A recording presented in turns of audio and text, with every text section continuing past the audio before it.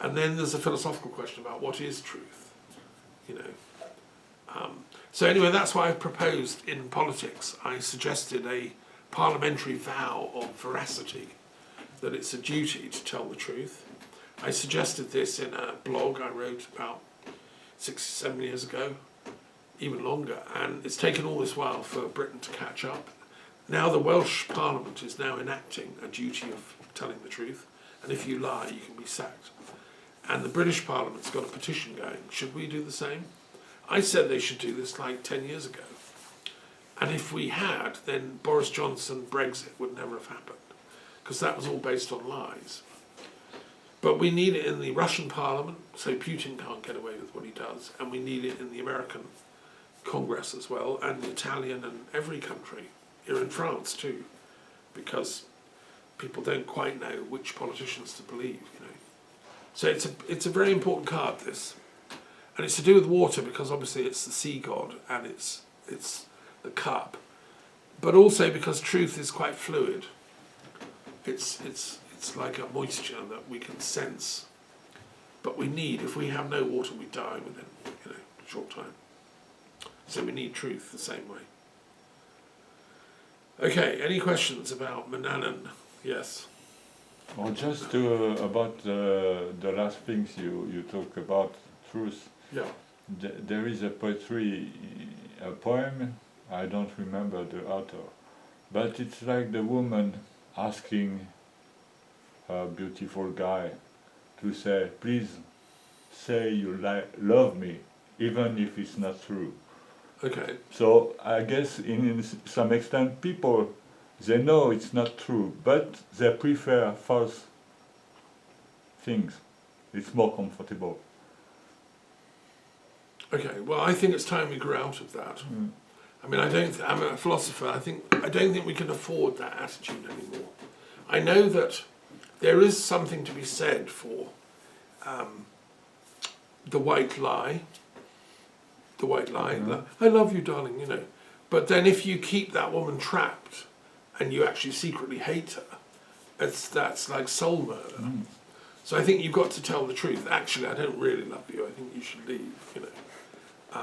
So I think truth, at the end of the day, lies are fun for a bit, but then you've got to move on and grow up. Or you get trapped in a deceitful life.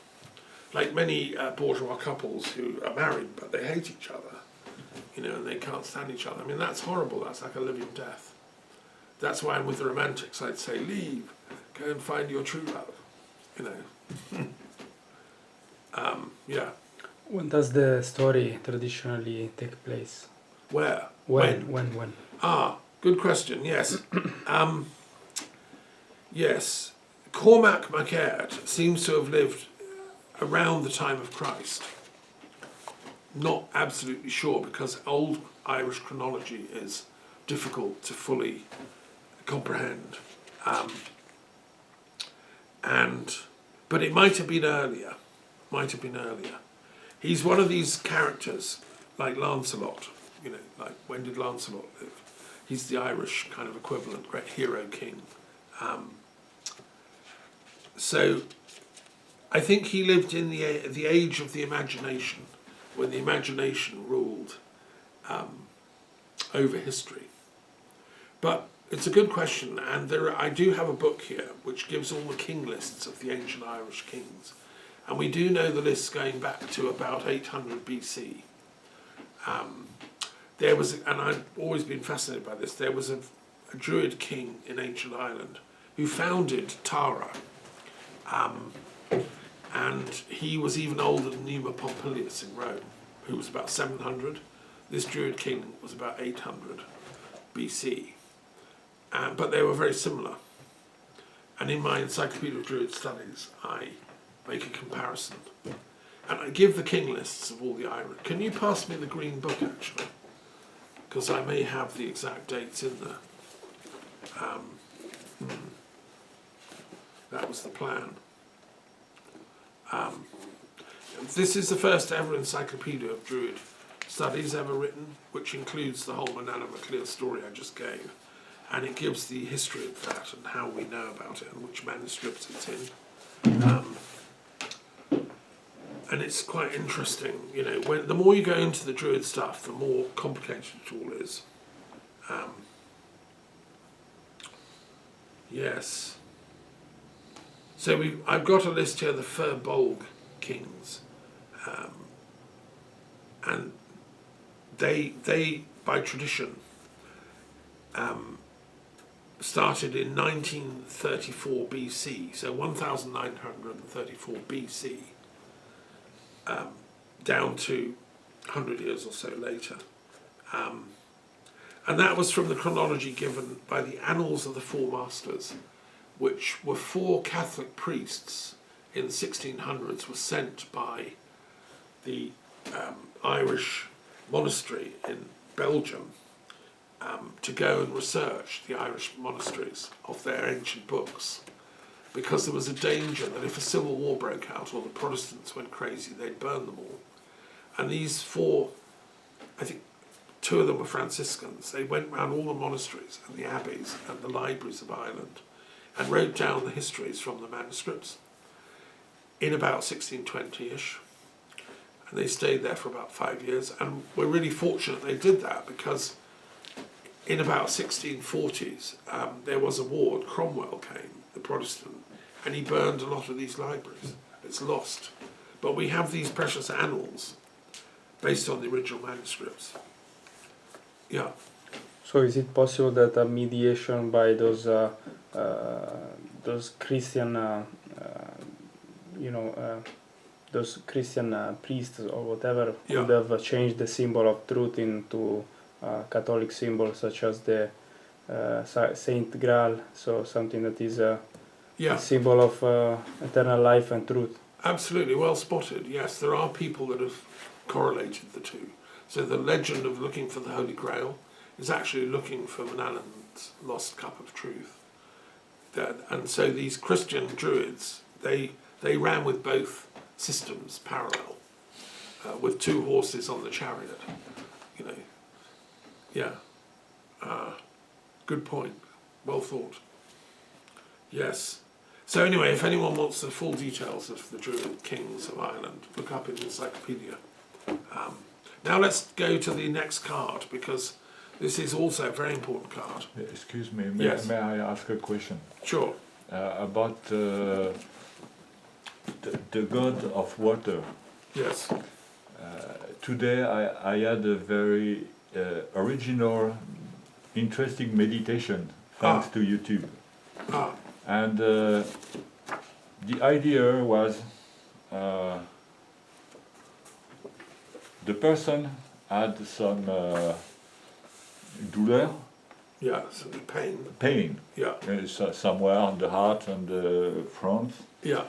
And the healer was proposing him to see the pain as something on the surface of the flow, Right. and he proposed him to sink, to be like a stone in the water. So he could sink slowly and see the pain, how it appears when you sink into it. you sink. Right. And the meditation was quite interesting, because it's like what are saying history about the deep depth, because the deep depth of water is a kind of another word. Sure. That's the question I ask you. Well, those are all mysteries connected with Manannan. Do they speak about that? Yes, of course, yes. Yes, I mean, in the Celtic imagination of the Druids, the sea was magical. And you could go deep down into it, you know. And what's interesting is that there's a theory that when your soul is liberated from the body, it's what's called a soul candle. It becomes like a sphere of clairvoyant, transparent fire. And in Wales and Ireland, when people die in the village, it's reported that people would see like a sphere of light going with the body to the grave, you know. But then after the body's, then it dances off and goes. And it always goes seawards. And I've read somewhere in folklorists who study this, the tradition is that these soul candles, they gather at a particular island off the coast of Scotland on their way to the long sea voyage. So in Brittany, they would gather at one of the islands off Brittany, Ile de Wesson or something like that. I don't know the French folklore, but it's the same story. And then they then go into the sea, and they can go under the sea as well.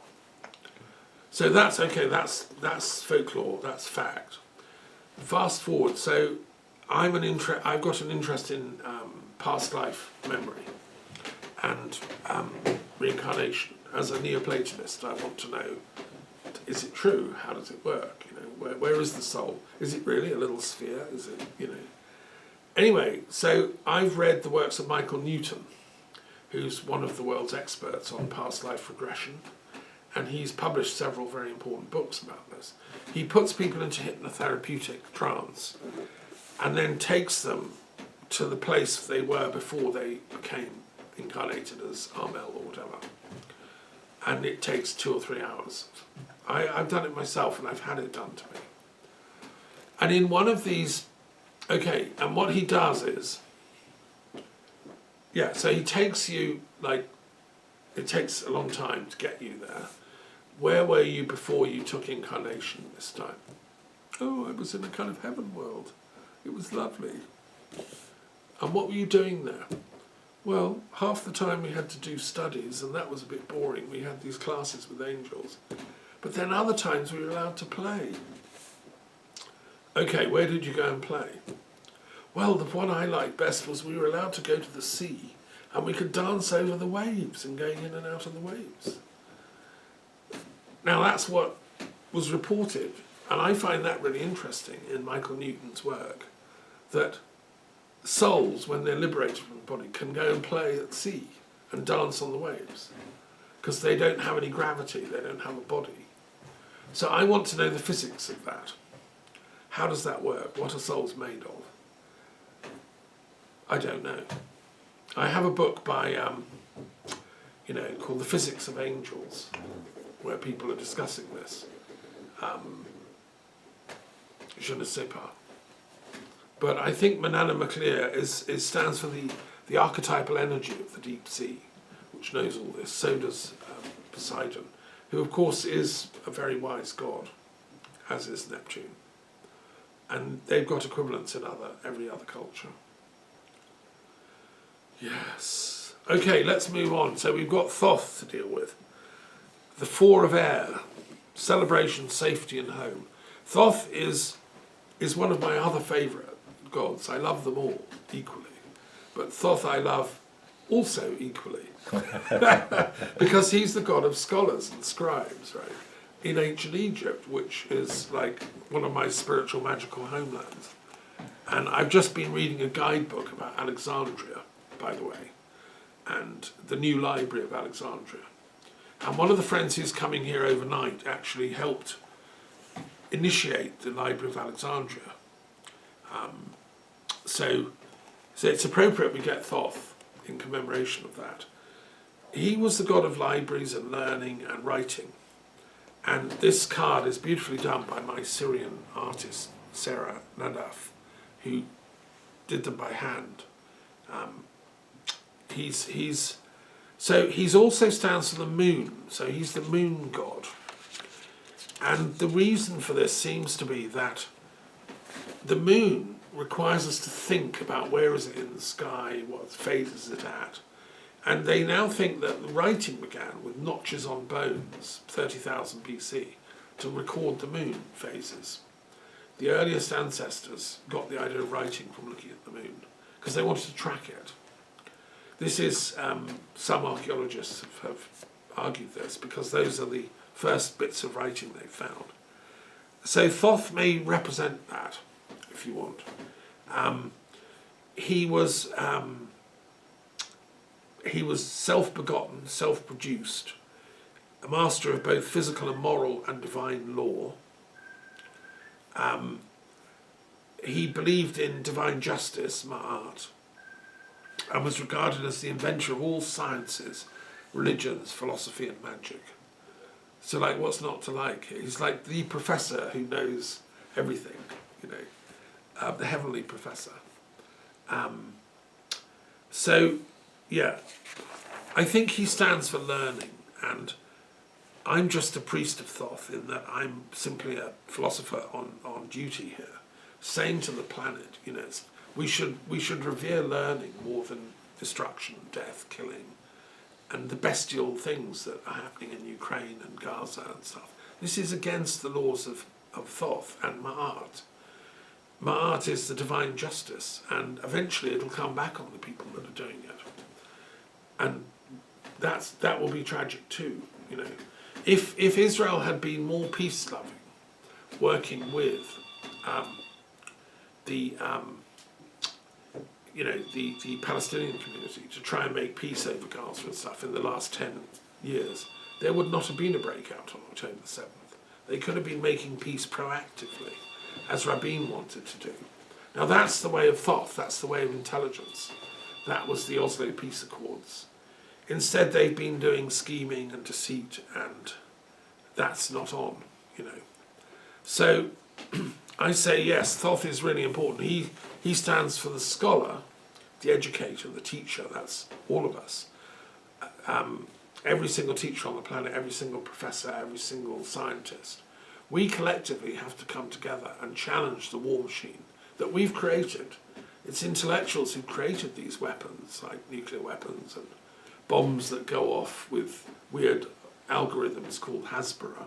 We can uncreate them.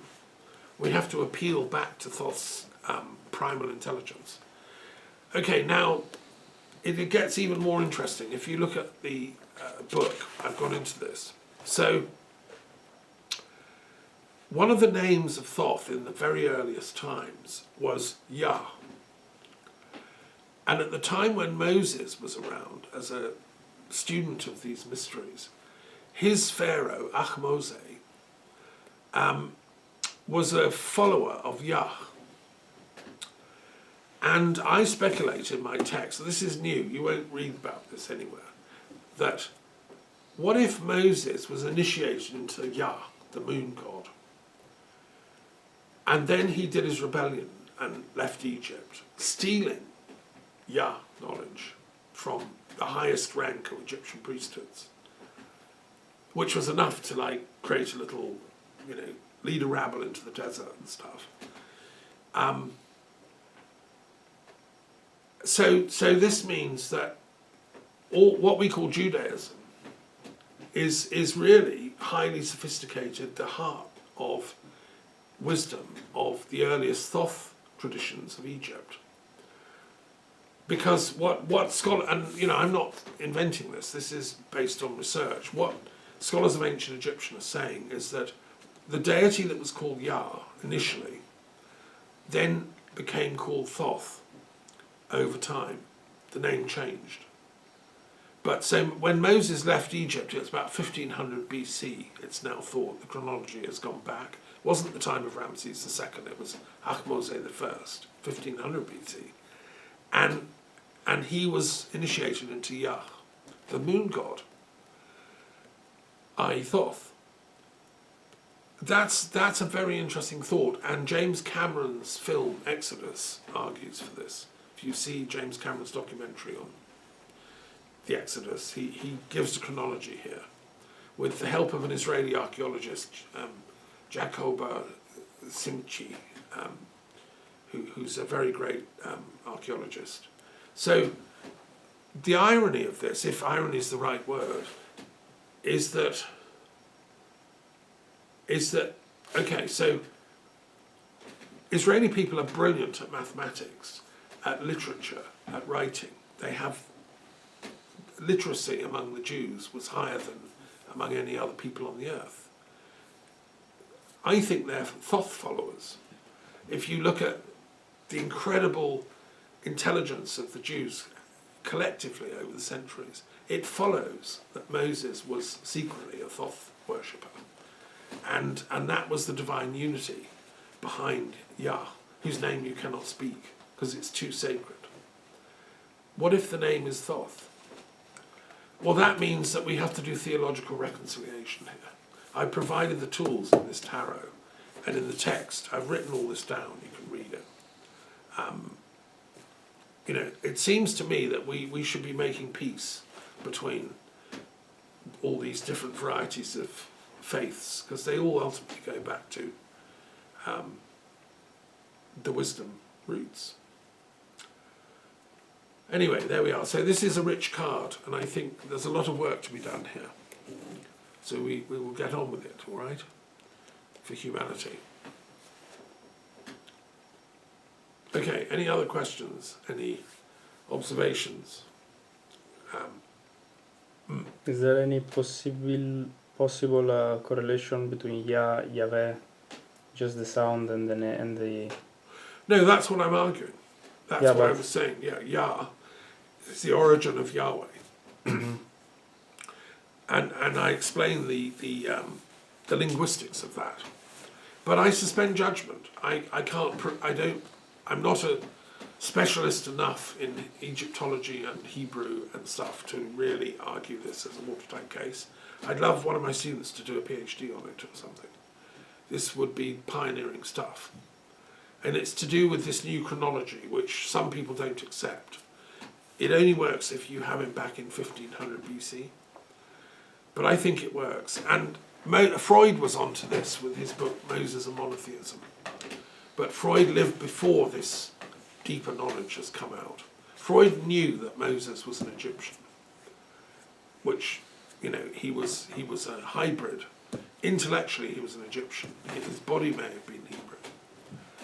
And he created this weird kind of hybrid thing. Well, it makes sense to me if it's Thoth worship. But anyway, more details in the book. Yes. Right, shall we finish there? Sassy, because we have guests coming and work to do to prepare. I'll just finish by quoting Spinoza, one of my favourite Jewish intellectuals, who said that truly the highest form of pleasure is intellectual joy. And this too Thoth offers you. If you've drawn this card into your spread, reflect, what is it that gives you the most intellectual joy? What kinds of things do you want to find out and research? What kinds of truths do you find most pleasure in uncovering? So that's kind of the meaning of this card.